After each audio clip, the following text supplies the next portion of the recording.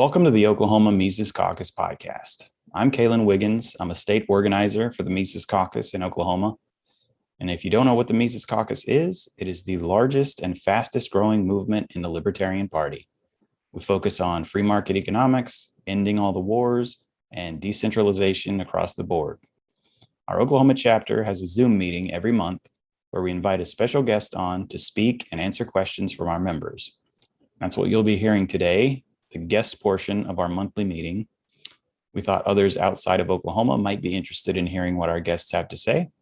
And this month we were joined by David Gornoski, the host of the radio show A Neighbor's Choice, who talked about the importance of telling good stories to spread the message of liberty, among other things. It was a really interesting conversation, and I think you'll enjoy it. If you want to learn more about the Mises Caucus, please visit takehumanaction.com and enjoy the show. Go ahead, David. Thanks for joining us. I'm glad to be here. Well, I've put it this way, that the left has had a monopoly on the production of goosebumps for a long time, and that's something you're going to want to break at some point if you want to have any shot at having an impact for the future. You can't, human beings are motivated by passion, not facts. Facts are important. Facts are not to be, impugned or something. We don't want to be postmodernist about this, but, human beings are not moved by, facts and propositional mental assent. They're story-driven creatures. We're storytellers. And we, even our sense of self, our self is kind of a construct of all the different things that people have modeled for us, that we've picked up, like an amalgamation of different desires and passions and things that we pick up from models all around us. They say newborns are already mimicking their parents within a few seconds after birth with tongue gestures and so forth. And so we're very hardwired. You can look at it on different levels, mirror neurons, where people perceiving the same, seeing the same pathways in their body light up as that correspond with something happening to the act on the knee of somebody they're observing. So it lights up on as if it's happening to their knee. So we're very interdependent in the way we construct our sense of self. And, you see what's going on in Australia right now, where you're not allowed to have a beer without having a mask on. And these are crazy people who are pushing this stuff, but it's not crazy when they've had a monopoly on the production of goosebumps for a long time. They've had that emotional resonance. And the question is why? You can't just dismiss it as, well, they're whatever, artsy or something. That's not going to cut it. Why is it that those types of ideologies have had such a field day constructing the narratives that move our passions and inspire us and shape our minds, shape our hearts? That's something we need to understand. And I kind of throw it out as a question to you all too. Why do you think that is, that they've had such an effective control over whether it's music or performance art or film, theater, great works of literature? The last century or so has been dominated by folks who have a typical kind of leftist outlook to one degree or another. And I know there's exceptions, of course, but we have to be able to deal with people on that level of storytelling, on the level of the gut and what makes people moved on a visceral level. You can present all the arguments you want. It's not going to move people once they're caught up into mimetic groupthink, where they're just lockstep towards you must submit. And we're in danger of that, very much so, unless we start telling stories that can really capture the hearts and really build up charisma. That's what liberty needs right now. It needs charisma. Where's the charisma? Charisma is everything.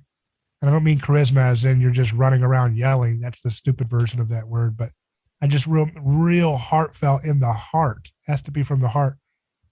That's where all the persuasion happens. I know that's not cool for people who are more analytical or philosophical. It's like, well, that's everything. That's everything, for people in terms of persuasion, in terms of them moving towards wanting to abandon. I mean, look at the FDA. They've been wrong about so much. I saw that they had which I don't remember what the comedian was that said it, but he said, the FDA just recently approved McGriddles for McDonald's, so they're more likely to approve McGriddles for your health consumption than they are for anything that's anything good for us. But that's what, that's what we have today. But yet so many people believe that those institutions are unassailable, that you can't question them. And that's because the state is still functioning as a religion. It's a religion. People don't just grow up and they just get persuaded intellectually to support the state. Oh, that makes sense. And they're just waiting for a libertarian to tell them why it doesn't make sense. That's not why people believe in the state. The state's something that's been with us for thousands of years. And it has a long history of having a relationship with myth. In the ancient world, the myth was much more abstract and kind of encoded in symbol. So, Marduk falls and out pops a god from his head, and there's the created order here, and this is how this kingdom was created, and this is how these people were created.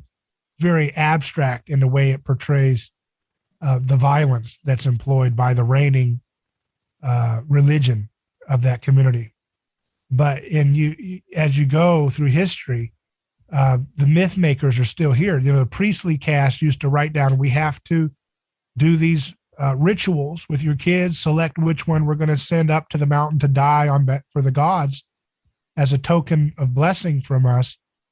We have to do this because these rituals and these stories tell us so, right? And then today we have that going on today with the media, where they tell us every day, well, we have to do the vaccine passport, and we have to do the mandates and the lockdowns and all these different things because, see, the myth is that the FDA has always been the authority. They have always told us what is good. They are above it all. They are transcendent, and we must trust them, right? Because ultimately that's what this is about. Who do you trust? Who has your devotion and who has your trust? Who are you willing to put your skin in the game for? So what we're dealing with the state is not just an intellectual error. It's a religious institution that has thousands of years of programming in our anthropological hardwiring. And you're not going to beat it overnight with intellectual, ooh, look at that. You beat me. I'm wrong now. It happens on the fringes, but it's not going to really change the game. You got to tell stories. And telling stories circumvents the programming, and it opens up kind of a visceral, wow, this is repulsive. What am I doing? I've got this, this is really making me question this religion, right? That's how a lot of, ideologies and oppressive religions are broken, is because people have stories that kind of open up, wait a second, look at the victimization going on here I didn't see before. And so I call, that's what I do on my show. I present Galileos who are doing great things in technology and health and nutrition to really change the game about what's possible, about how to heal diseases, how to create energy too cheap to meter. That's the Galileos that the TV doesn't really want to give much of a platform to. I do that, and then I provide a voice to people who are the modern day scapegoats, who are languishing in prison for first time nonviolent offense for life sentences sometimes.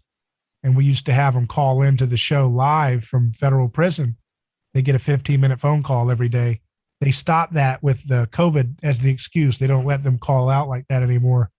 But we still have people who are loved ones, or people call in and talk about, what's life like without having dad in the picture for the last 17 years. What does that do to your son? What does that do to your family's ability to process joy and things like that we take for granted? And we talk about people's poor nutrition in prison. Why are they forced to be in dehumanizing, torturous conditions like solitary confinement, poor nutrition, where that's going to create diabetes and heart disease and cancer and all the things that people have. And then they have that garbage, communist healthcare system, and they're totally state run, and it's the trashiest waste of time for so many people. It takes forever to get seen, and it's not proper dosages, and it's extremely arcane rituals you have to go through to get proper medication and so forth. So all these different things we just expose to the light of day. And some of the best stuff is when people talk about real life experiences. Like when we had Craig Cecil on my show, we used to have him call in all the time from Terre Haute, Indiana, first time nonviolent offense, moving marijuana, or he did body work on trucks that were moving marijuana. And he exercised his right to go to a trial. They put him in prison for life. And I would have him call in, and his daughter would call in too. And she kept saying her dream was for him to come home so he could walk her down the aisle for their wedding that she was holding off. She was engaged for many years, waiting for him to get out so he could be a part of it. And that kind of story sticks with the audience, and it really moves them. You can get people. I was doing that kind of storytelling on a Rush Limbaugh station, back when Rush was still there on the radio show at the earlier time on the station lineup. You had Hannity and Glenn Beck and these kind of shows that are not the same kind of tone, but we were bringing that kind of experience to the audience, and they were moved by it, And so you've got to have principles, but you've got to have storytelling be the driver. It's kind of like a technology, because when you tell the story of wrongfully persecuted scapegoats, it has an opening for people to say, wait a second, I guess we don't have to have that law. So what else could we do? And we need to keep doing that, especially with the COVID stuff, lockdowns and the mandates and the passports, total tyrannical fascist stuff that you have to beat through, viscerally connecting with people. So, I think that's great that you guys are doing that. And let me know if there's anything I can do to help kind of expand some ideas about how to do it. Awesome. I brought somebody up to you, Drew Cook, he's one of our members, and he used to be a drug addict, and he's been in recovery for a long time, and he's now trying to go out and help people, in similar situations. And I think he'd be a great guest for your show, because he really brings a unique perspective on that whole, and it's something that a lot of people deal with, but I've never heard somebody talk about it like he does. So he's great. Yeah. I guess any other questions, just go for it.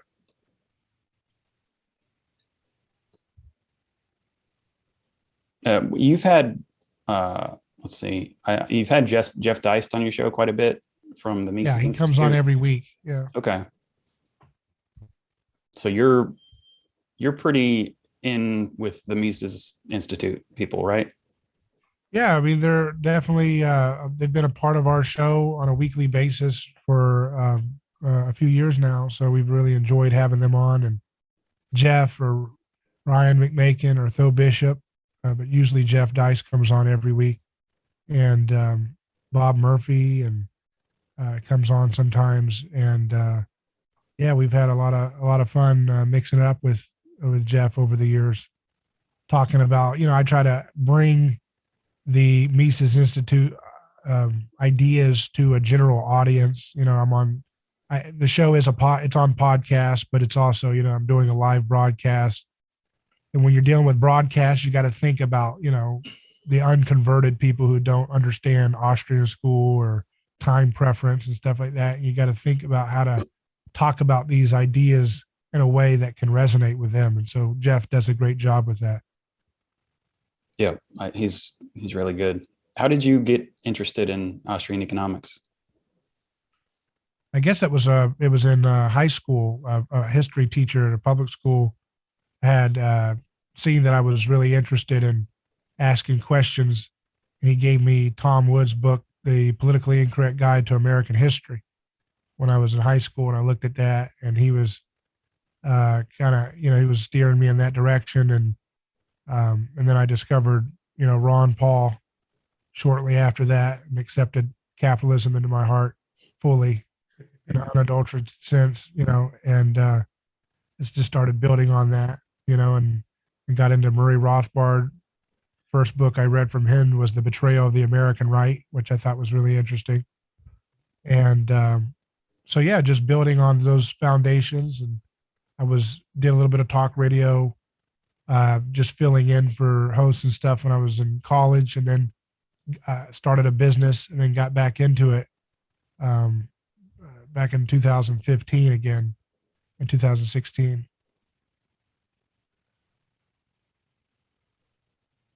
Your show, is it on in Orlando, or is it just Orlando? Yeah, we started in Orlando, and then we picked up our new flagship station is in Tampa Bay. So it's a drive time show from 4 to 6 p.m. Monday through Friday, Eastern time, that is. And but it's also, we do a live stream on YouTube and Rumble, and all of our episodes are on the podcast feed. If you just search for David Gornoski, you can find it there on your podcast platform of choice, or neighborschoice.com is our website. And we also do a show that's online only called Things Hidden, the podcast you mentioned, which is more of an anthropological focus, where we look at, we apply the work of mimetic theory to the state, and we analyze it from, like, why is this acting the way it's acting? What does this have to do with things that we can see in history?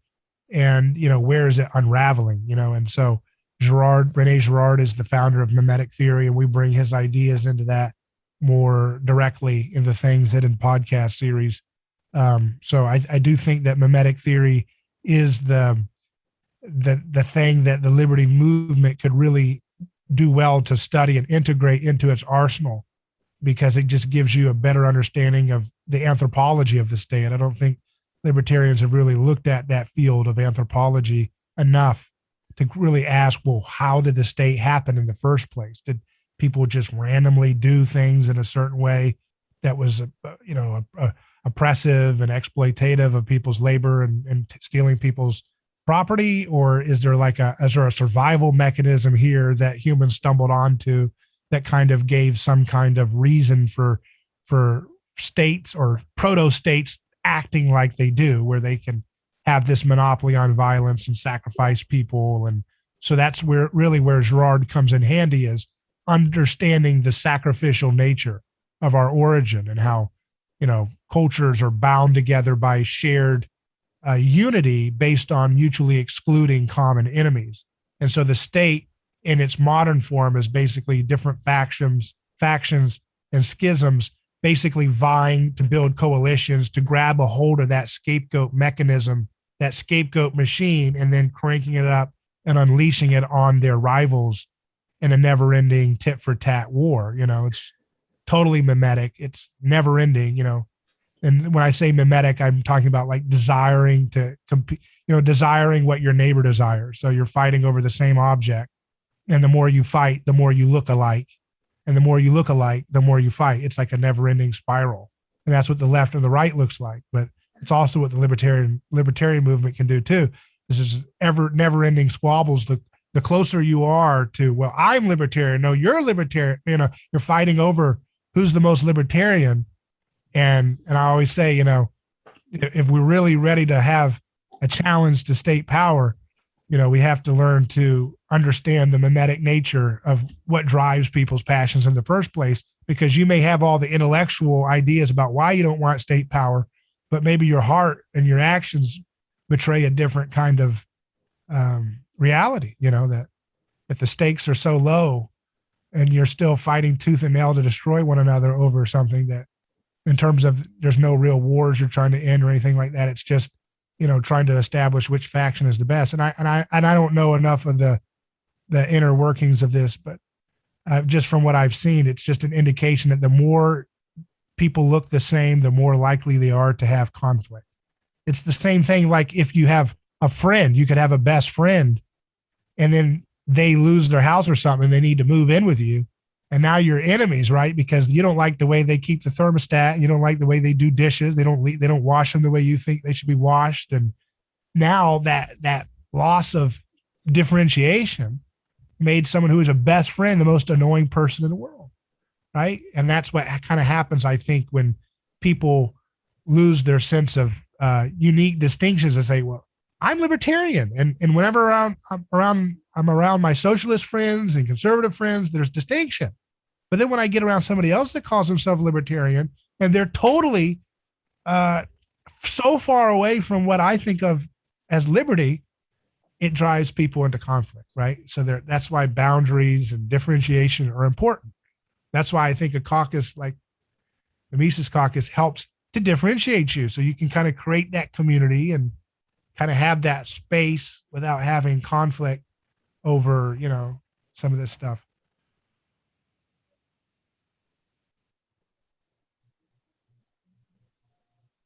Hey, David, thank you so much for joining us today. When I found out that you were joining, I thought that was really cool. I actually started listening to you a couple months ago. Matt Erickson with the King Pilled show called you out and said that you were doing some, talking about some really, really intricate concepts and ideas. So I was like, okay, I'm going to go check them out.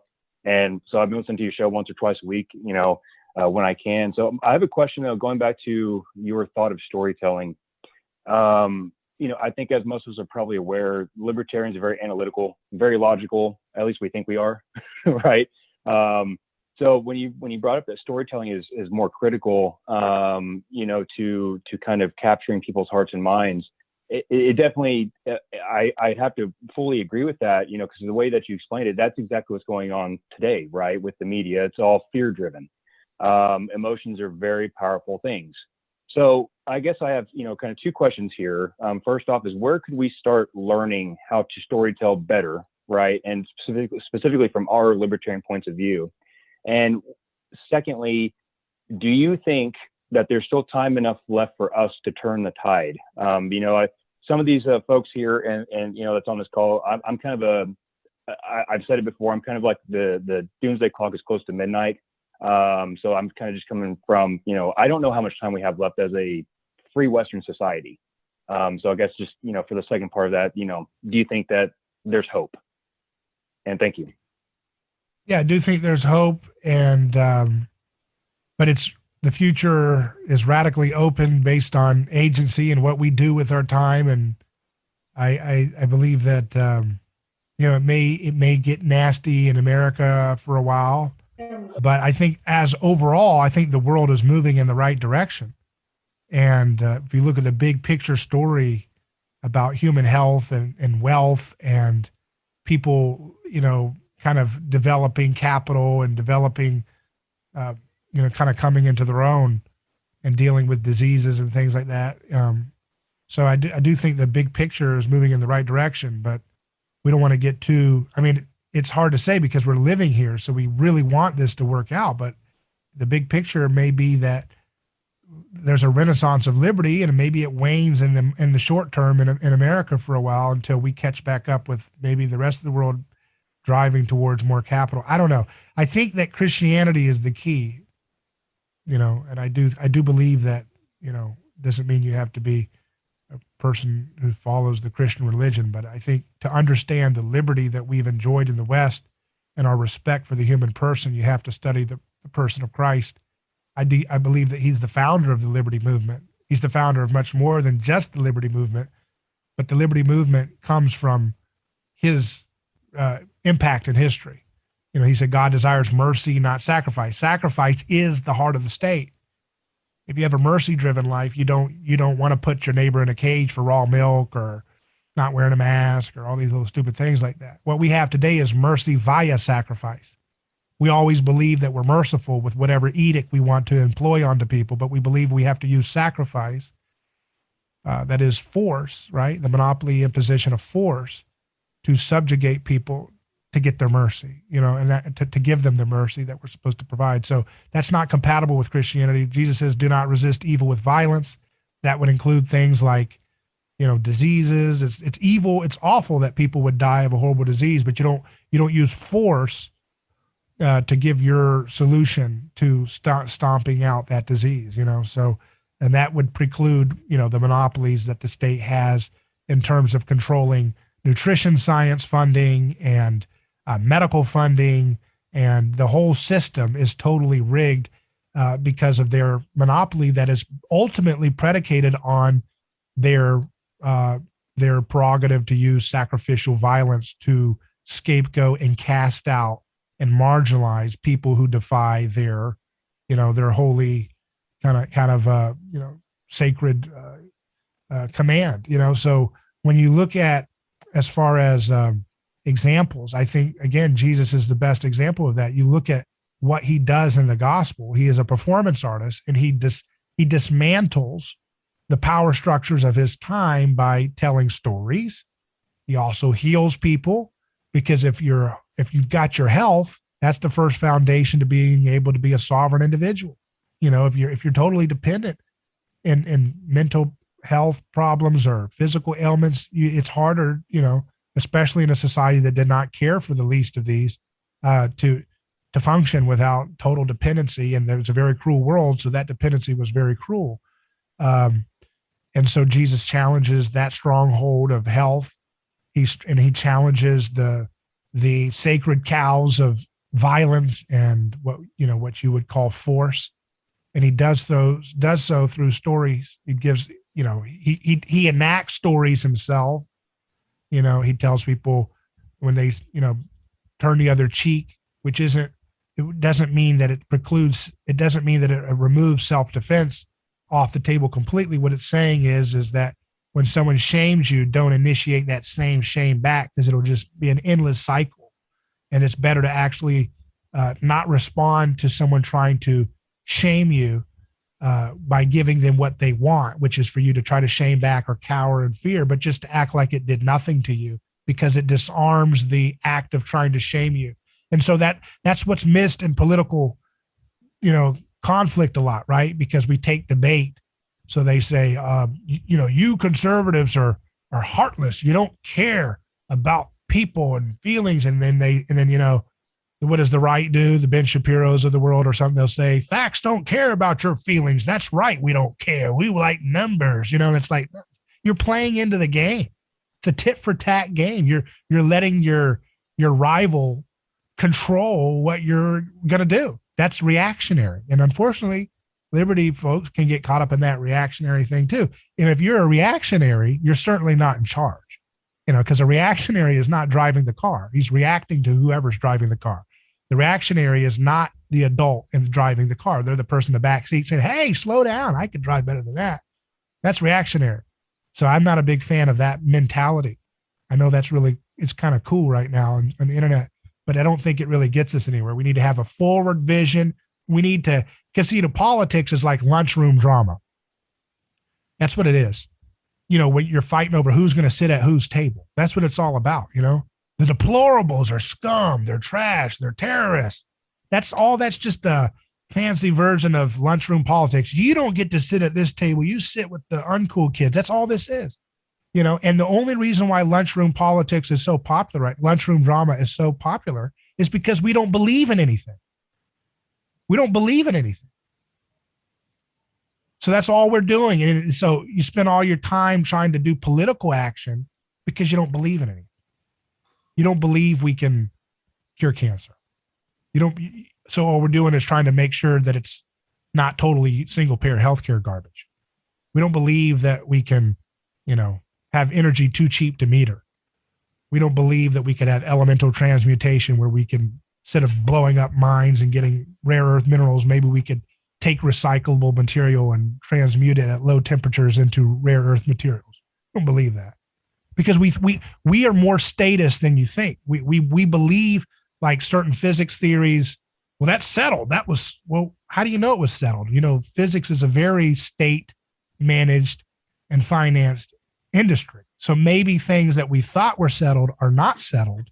And maybe we need to be able to have the courage to challenge those sacred cows. And if we do, maybe we'll find answers to some of our problems right under our noses with technological breakthroughs. I believe that 90%, for example, of chronic illnesses probably could have been avoided over the last century, from 2021 to back to 1921. If we replayed that century of time again, and we took one variable out of all, we talk about the sad American diet, too much salt, or, too much carbs, too much sugar, too much meat, whatever. Everybody's got their theory. But if you really look at the data and the scientists and the medical doctors that I've had on my show, and they show the studies and you look at it, it seems to indicate to me that if we had taken everything the same, we'd all eaten the same amount of calories, same candy, same everything, but we got rid of all the vegetable oils. That's the canola oil, the safflower, the sunflower, the corn oil, soybean oil, all these different things. If we had removed all those, which were subsidized and are subsidized by our government and are promoted by quack nonsense from government nutrition guidelines for decades, I think if we ate all the same bad junk at the same rates, but we took out that one variable of seed oils, I think 90% of chronic illnesses wouldn't be around this whole century. I'm talking about diabetes, cancer, heart disease, and I'm talking about even autoimmune disorders. I'm talking about a lot of stuff, obesity problems. And there's a whole big argument with that. I understand. So I'm saying something that's kind of out of the wheelhouse that probably you guys aren't used to talking about at the Mises meetings. But the point that I'm bringing it up is you've got to be able to have the courage to say those things in the context of how do we fight for liberty? Because I tell you one thing, people will be more willing to fight for liberty if they realize that government has created 90% of the diseases that they're afflicted by and their families and loved ones are afflicted by. And so COVID's the door opening to a whole new conversation. It's like, you want to create your tyranny based on you guys are the only game in town about what's healthy? Let's have that conversation. We're going to clean your clock because we've already cleaned your clock. We're just going to have to get this message out there. And the thing about health is it's one of those things that you have the ultimate skin in the game for, right? I mean, because it's one thing with COVID tyranny stuff, people say, oh, I wore a mask and I got the disease, or they didn't wear a mask, they got the disease, they got the vax, they got the disease, this one didn't get the vax. So it's hard to kind of know, someone says this, someone says that. But when you can see, wait a second, these guys are not eating vegetable oils and they're reducing different things that government told you to eat, and they're not having rates of heart disease, and their diabetes is being cured, and they're removing different things. Wait a second. I don't want to keep doing this. At some point, people will wake up when they see the preponderance of real world examples around them having a renaissance of health. So I think that's there's two pressure points that the state is really drawing in terms of a narrative.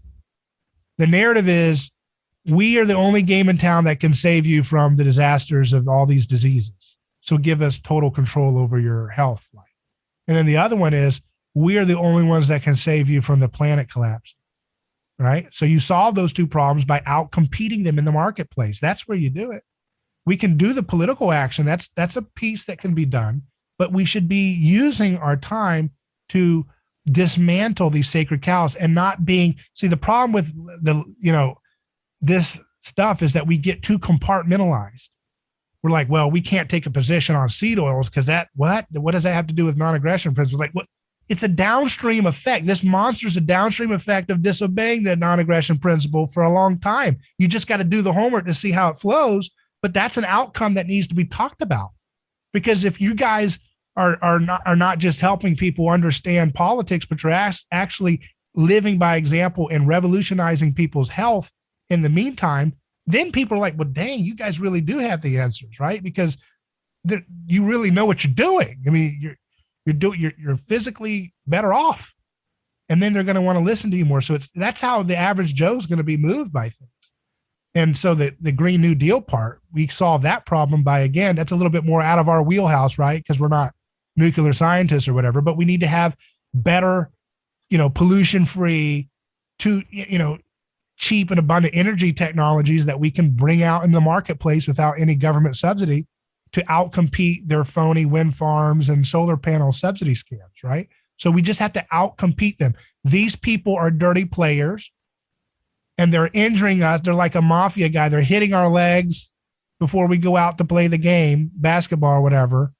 And we're like, hey, it's unfair. They've injured us. Let's just talk about how they've injured us all day. It's like, no, you can do that. You can acknowledge that, yes, the state has injured us, and they've injured our ability to create capital, and they've injured our ability to innovate. But you also can still technically beat them, even with that injury. So beat them even with that disadvantage, and that's when you really change the culture,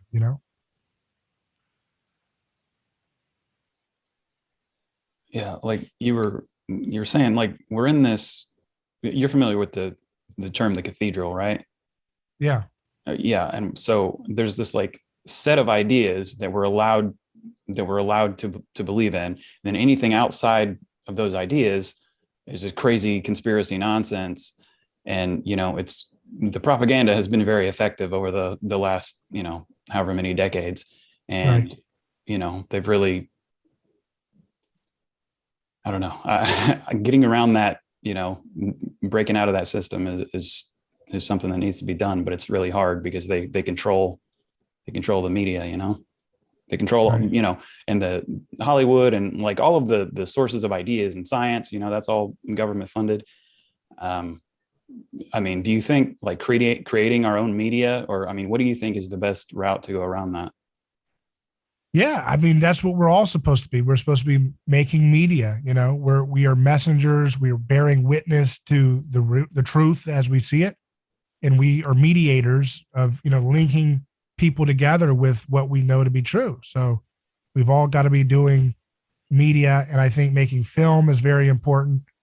I mean, it's the answer is right in front of us. We know. Like, here's the interesting thing: the left has they've lost a step in terms of making good art. Have you noticed that their movies are getting way more preachy and repetitive? So they're losing their step. And so we need the auteurs, we need the indies, we need the people like that. We need to get those guys out there and not just make preachy. See, typically conservatives and libertarians, they make preachy movies, where it's just like, hey, I like liberty. Yes, you do. And it's like, no, that's not how you do it. You make art that opens up people's, makes them wrestle and think about things and, or laugh at things, good satire, good stuff like that.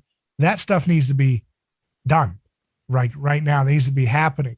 And the news media is a kind of form of art too, right? Because they're presenting a story every day. I mean, ABC News Radio is the radio feed that our station affiliate in Tampa uses. And I hate it, because it's just we like it. It's become kind of a riffing tool for me on the show because it's just such blatant propaganda, and it's all about selling you a message of fear. So the first thing is you've got to sell a message that counters that fear, that gives people confidence. Think about it like a market. If we're all about the market, then why don't we think about things like a market? If everybody's selling fear and you're the one guy that sells like hope and confidence, not just aimless hope in an abstract sense, but giving people tangible tools to help them have hope and confidence in the future. Now you're a monopoly. Now you can create an uncontested marketplace by which you will stand out in a sea of sameness. That's what I try to do on my show. Every show you listen to, talk radio, whether it's left or right, mostly it's right, all they do is make you feel powerless. All you got to do, if you listen to Hannity or whatever, it's just vote for the Republicans. Vote for the Republicans. That's all they got. That's all they got. He's not going to talk to you about seed oils. He's not going to talk to you about getting out of debt. He's not going to talk to you about low temperature nuclear energy and what could that do to change the game for our dependency on the state for stuff. They don't go out of that wheelhouse because, again, people don't believe in anything. And so all they do is just talk about, hey, how are we going to grab a hold of that power from the state? Now, the libertarians want to grab a hold of the power of the state to ostensibly get rid of it. But, at some point, you're still playing that game if that's all you've got. So I think people need to see a more well-rounded kind of lifestyle and cultural engagement from libertarians. And I'm not saying the party has to do it. I'm just saying whatever. I don't know what the bounds of a Mises Caucus can do, but it's certainly something that would be, I think, more beneficial and effective if you really want to reach people outside of the choir. Most people are, and I use this example just to point out, again, people get offended by religious terms and stuff. So you say Jesus, they think you're preaching to them or something. But Jesus, you bring up Jesus to protesters in Ferguson, Missouri, when that Black Lives Matter thing was happening. You bring him up, that's a bridge that you can possibly have a conversation with. You bring up Ayn Rand, that doesn't resonate. You bring up Thomas Jefferson, that doesn't resonate. You bring up, Milton Friedman, that doesn't resonate. You take Jesus to a group of Berkeley protesters, and you might actually get some conversations with some of those Antifa people if you could sit around the table. You bring up Milton Friedman to them, not going to happen. You bring up, Rothbard, even not going to happen. Bring up Ayn Rand, not going to open any doors. Thomas Jefferson, not going to open any doors. But Jesus, you might open up a door there. So that's because he has cultural power. Okay. That brand has cultural power. Go look up how many people have been searching for Jesus, the term Jesus versus Hitler or other figures in history in the last, look, it's like huge. There's no contest. So something he did, if we want to talk about whether he's just a human, he's just a human. If he's just a human, it's the most biggest miracle in the world anyways, because like he's got such big brand power that's still growing globally. What did he do? Maybe we should study that, because he was all about nonviolence. He was all about battling, state powers, but he didn't do it through force. He didn't do it through insurrection. And I tell you, a lot of the things that he didn't like that states did at his time, they don't do anymore. So there's some progress, right? I understand his movement got a hold of the state and did some stuff too, but just because people take the word libertarian doesn't mean they're actually libertarians, is it, right? Just the same with Christians. Just because you call yourself, I'm part of the Jesus brand, doesn't mean what you're doing represents what the guy actually said to do. Everybody wants to use his brand to cash in on power, but there's something about his message that stands the test of time 2,000 years later that still people are captivated by it. So maybe we need to learn from those guys, even if you think, again, just a mere man, you need to study what he did to make his movement such a lasting impact, because there's billions of people still captivated by that, even if they're not Christians. So we need to think about what does that, in spite of all of the nonsense that comes along with institutional religions getting it wrong in the name of using his name, right? And so even in spite of that, Africa, China has what? 100 million, 200 million Christians? Why? Why is there not 200 million libertarians in China right now actively meeting together like you guys are meeting? Maybe there is. I don't know. I'm not, but like a fervent fire in the belly movement, right? So learn from the masters of history, imitate what they do when they engage tyrannical government. Think about the social aikido that Jesus uses to diffuse collective violence, and then imitate that in the way you make your movies or your podcasts or your engagements with people around the city. Can you give us some examples? Like what would you recommend? Like how could we do that effectively, do you think? Like what? I just, how can we? Well, I mentioned healing, right? Because Jesus healed people. Because I was giving that as an example of like helping people understand how nutrition is causing a lot of the diseases they may have. Misinformation about nutrition that our government has pushed. So that's an example of how, because Jesus spent most of his time healing people. So that's like a down payment to get people to listen to you. So when you help people with, hey, I've got psoriasis, and you give them evidence about things that can help them reduce that problem, now you've given them some active care that, and I understand that it's a little tricky because some people don't like to be told what, I get it. But I also know that that's I've talked about liberty. I've talked about the Fed. I've talked about the lockdowns, and I've had all the, topics on, but there's never been a topic like the seed oil topic that I just mentioned earlier that has gotten me more interest from my audience. Not just the radio audience, but the online audience, the podcast audience, the video stream audience. They love it. They can't get enough of it because they know it's true. And it makes sense when you see the science. And it's a simple thing that unites a lot of the factions together, because you've got the vegan crowd. You can do vegan and get away from seed oils completely. And so you got the vegetarians, you got the vegans, you got the keto guys, you got the low carbers, paleo people, you got the carnivore people, right? You got these different things. And you're like, okay, let's all unite the clans over no vegetable oils for anybody. They're the worst toxic thing you could be putting in your body. Don't give them to your kids. And watch and look at the science and look at all the literature. This science doesn't get a lot of press because there's not a lot of special interest promoting people to stop eating very inexpensive waste products that are found in everything we eat.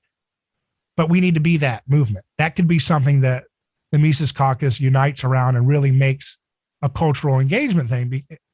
That's how people, listen to you more, because you made an impact in their life.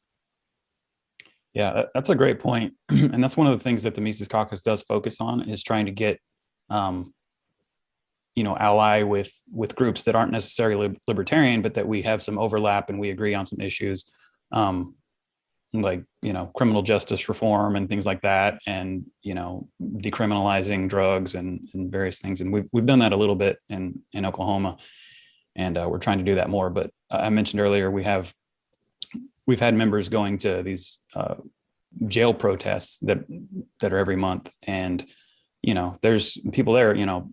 We have a handful of libertarians, and everybody else is not libertarian, but we all can agree on this issue. And there are people that have, their spouses are in the jail, and they hear the stories about how they're being mistreated. And there's a guy that his stepson was killed in the jail a few months ago. And there's a lot of different groups that we can show up and show that we have empathy for, and point out the real problem, the violence of the state. And I don't know.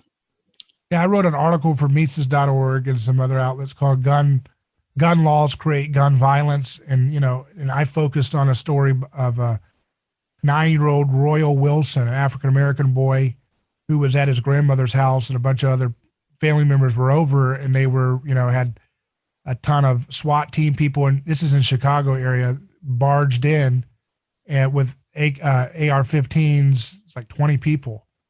And they were, acting on an anonymous tip that somebody in the house had an AR-15 in the house. And so they put AR-15s in kids' faces because of the threat of a potential AR-15 being in the house. There's no violence in owning an AR-15 in the house, but they were willing to risk the violence of putting a kid who could be at the kitchen with a toy gun when they come in. What would have happened then, right? They would have just milked that for a BLM cash-in deal and made T-shirts out of it instead of helping end the frickin' law that puts people in harm's way. You see how you have to pivot? They use the victimism and the political correctness is a misdirection tactic by the establishment to get us to fight over who's the most victim group, so that we never unite around fighting the victimization itself. But so my article was about how, I was telling the story of Royal Wilson. There's a kid that has to be handcuffed in freezing cold rain for hours outside of his grandmother's house because somebody had the audacity to call in an anonymous tip or something, because somebody had an AR-15 that wasn't even in the house. You see how stupid that is? That's stupid. So there should be a documentary about Royal Wilson, and people should put millions of dollars into turning that into a story. There's people like Royal Wilson every freaking day. But the left, what they do is they do that Eric Garner thing, right? I can't breathe. And they did nothing to stop the law that sent people with legal immunity with armed guns to tell the man to stop selling cigarettes. They made billions of dollars off of that man's dying words, but nobody stopped the law in the state of New York that says you have to have a license to sell cigarettes, and we have the right to use lethal force to stop you if we see you doing this. You see how stupid this is? This is ridiculous. So we need to be telling these stories, but not doing what the left does. They tell the story very well. They've got the fonts. Their fonts look great. Their typesets look great on their posters, their protest signs. Their logos for their T-shirts look awesome. Their documentary cinematography is beautiful. Their language is pinpoint emotionally, bam. But they did nothing with it. They just made money off. So why don't we be the people who tell the beautiful stories, have the beautiful signs, have the beautiful poetry, have the beautiful cinematography with the nice editing and all the stuff they do, but actually do something about it and direct the forces of people's emotional energy towards ending the frickin' law that got Eric Garner killed and many people like it. And setting a precedent. We're going to stop every one of these laws that give people the option of, the opportunity to have to die over a stupid thing like a cigarette sell. So that's the way we do it, right? And so you have to, don't let them set the frame for the conversation. Gun laws create gun violence. Now tell the story of an 8-year-old black boy who has people's AR-15s pointed at his face for no reason. Could have lost his life. To be handcuffed at 8 years old is a traumatic event. That'll probably scar him for a long time. That's systemic injustice, if the way the left uses that term. That's oppression. So tell that story. But don't do it in a way, I know what you guys are dealing with some of these libertarians that want to mimic. I know, they want to mimic the whole, social justice language. I'm not telling you to mimic that. I'm telling you to beat it, like to provide the real, raw, powerful, emotionally resonant, real deal, right? And see what happens with some of these libertarians that are more cathedral oriented, I guess, right, is that they don't really have any teeth to fighting, they don't really put the teeth into how to provide the culture for liberty, but they just look at whatever is fashionable with Hollywood and are like, well, let's just get on board with what they're doing and maybe we can have a no, we control the conversation because we are the ones with the only answers here. And we've got to be able to guide that and set the frame with the aesthetics. Aesthetics are everything. What's the one thing people always laugh about with libertarians? They don't have aesthetics. And I know I'm not some art teacher or something. You know what I mean? I'm not like going to be like, I know what to do about that. I'm just telling you, you kind of see it when you see it. You see good films, you like them, and we need to make the art house films and we need to make the blockbuster films. We need to make both, and make music where we don't just talk about our policy ideas, Time to cut taxes. Okay. That's not going to help anybody, man. People, but people listen to artists that don't say it's time to raise taxes. They listen to people who have good music, beautiful, great stuff, awesome stuff. And then they're like, well, wow, your worldview is kind of this way. I want to imitate that, right? So that's the way we have to do it. Yeah. And, there are people that are, libertarians that are, and, libertarian leaning that are doing a great job of getting the message out. People like Dave Smith and Michael Malice. And, we need to copy that. And because that's what works. Like if the rest of us, studied those people and got better at that kind of stuff, and we could put, do a better job of making the message look good. And that's one thing the Mises Caucus is trying to do within the Libertarian Party is, change the messaging, get it to where it grabs people by the emotions and, has an impact instead of what they've been doing. I think Renee Girard's very helpful in understanding some of this stuff too. I recommend people check out a CBC radio series of interviews that he did with David Cayley. You can find them on YouTube or the CBC Canadian Broadcast, whatever website. But it's like a 5-part series. Each one is an hour each. It's a little bit of 5 hours. It's a bit of a commitment, but it's better than reading a book if you don't want to read the book. His book, I See Satan Fall Like Lightning, is really good. But he's been a real help for me to understand just really, the two big red pill moments for me in the Liberty story in terms of people I encountered was Ron Paul and then Rene Girard, right? But people don't think of Rene Girard as like a Liberty guy. But I saw it with my context of Liberty. I was like, oh, that's the missing link that intellectually fills this thing out for me and helps me see the patterns of why humans keep falling for the same mistakes.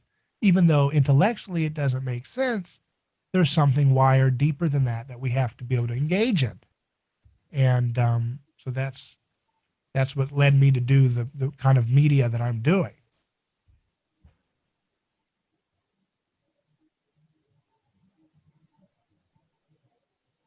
So the culture is the answer, is what we're saying here. We have to infiltrate the culture and go from there, right? Kind of, I guess, is it art imitating life in this scenario? Yeah, I mean, we're in the culture, and the movies you watched, Brave Little Toaster, Ninja Turtles, Star Wars, all these things were written by people who were probably kind of Democrat, liberal type kind of guys, or girls. They shaped our worldview when we were young, man. They got Mr. Rogers. I don't know he probably wasn't a libertarian, right? He wanted NPR funding, right? But he's a big guru for a lot of people. I mean, I'm not saying they consciously wake up every day and say, hey, what did Mr. Rogers do today? But it's like that shapes people. Their minds are when you're young, I mean, you're very suggestible. So this guy comes in and he has a certain way of, this is how the world should be, and he imbues it in his work, and then people pick that up, and then along the way, somehow, the liberal worldview of it's nice to have all these public institutions like NPR and all that kind of come along with that generation of millennials who were raised on Mr. Rogers on PBS and so forth. So it kind of comes with the package, and we're not going to be able to replace all that overnight, and we don't need a libertarian Mr. Rogers. I tried to be it myself, but I don't fit the part. But the point is that we've got to be authentic, got to be ourselves, but we have to have some fun and sizzle. Like people learn the wrong message from Donald Trump's success in 2016. It wasn't because of his policies. Some of them people liked. It was just his charisma. He was just very charismatic. And I always said, you could take Ron Paul's ideas, but put it with a charismatic younger person who's a little bit more in sync with the cultural vibe of what's going on, and you could be off to the races. Now, I don't know if running for president is the best use of our time for doing the things we want to do, but I do think I'm not about precluding people like, oh yeah, don't do that. That's not going to be, I think you should build wealth. And if you want to run for president and use it as an opportunity to, get people to satirize the state, like maybe Dave Smith can do, then that's a great thing, right? So why do we have to pick one or the other? It's like, but to just, don't do any political engagement, just get rich or something, or be poor and do, or whatever, middle class and support people running for president. I mean, you could do both, or whatever you want. But the point is that we need to think culture. Yeah, culture is everything. And what is culture? Culture is who you imitate. So who are your role models? Like, who are your role models? Why do you like liberty? Do you like liberty because of Murray Rothbard, or do you like liberty? Or did your path to liberty actually get started when you watched Braveheart and you saw Mel Gibson say freedom in that? Did that have more of a, that got you going? Like, man, what is that? Like, that's so cool when you see that as a kid or whatever. You're like, wow. I mean, there's something viscerally powerful about seeing somebody fight for their local community when they've lost it all, including their loved ones. It's a powerful thing that puts plants a seed of fire in you or awakens something that was already there. And so that's the way we have to think. Like, how do we do that for people? So America's a very movie-based society, so I've used a lot of movies, but it doesn't have to be movies.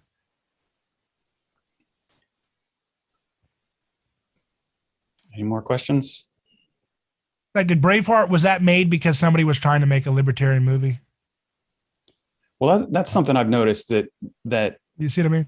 Yeah, so much of the stories that people like, the popular movies, they have, not necessarily a libertarian thing, but a lot of it, I mean, it's like doing the right thing and telling the truth. I mean, that's what the hero does is, everybody knows what the right thing is, in a situation, and it, goes along with libertarian values really well, even as bad as, Hollywood is, the stories are still out there and they appeal to people for a reason. It's what connects with people's emotions, and we just got to do a better job of connecting with that. So yeah, I mean, I think you guys just find some things that you can give practical help for people. Look into the nutritional thing. Maybe that doesn't interest you at all. If it does, that's fine, whatever. It doesn't, but, and then the other thing is, keep finding those stories of people, and that's how you make inroads, make inroads with communities that would not normally listen to, economic lectures, but they'll listen to, wait a second, you actually care. And then another thing is teaching people about jury nullification. Why are we not teaching that more?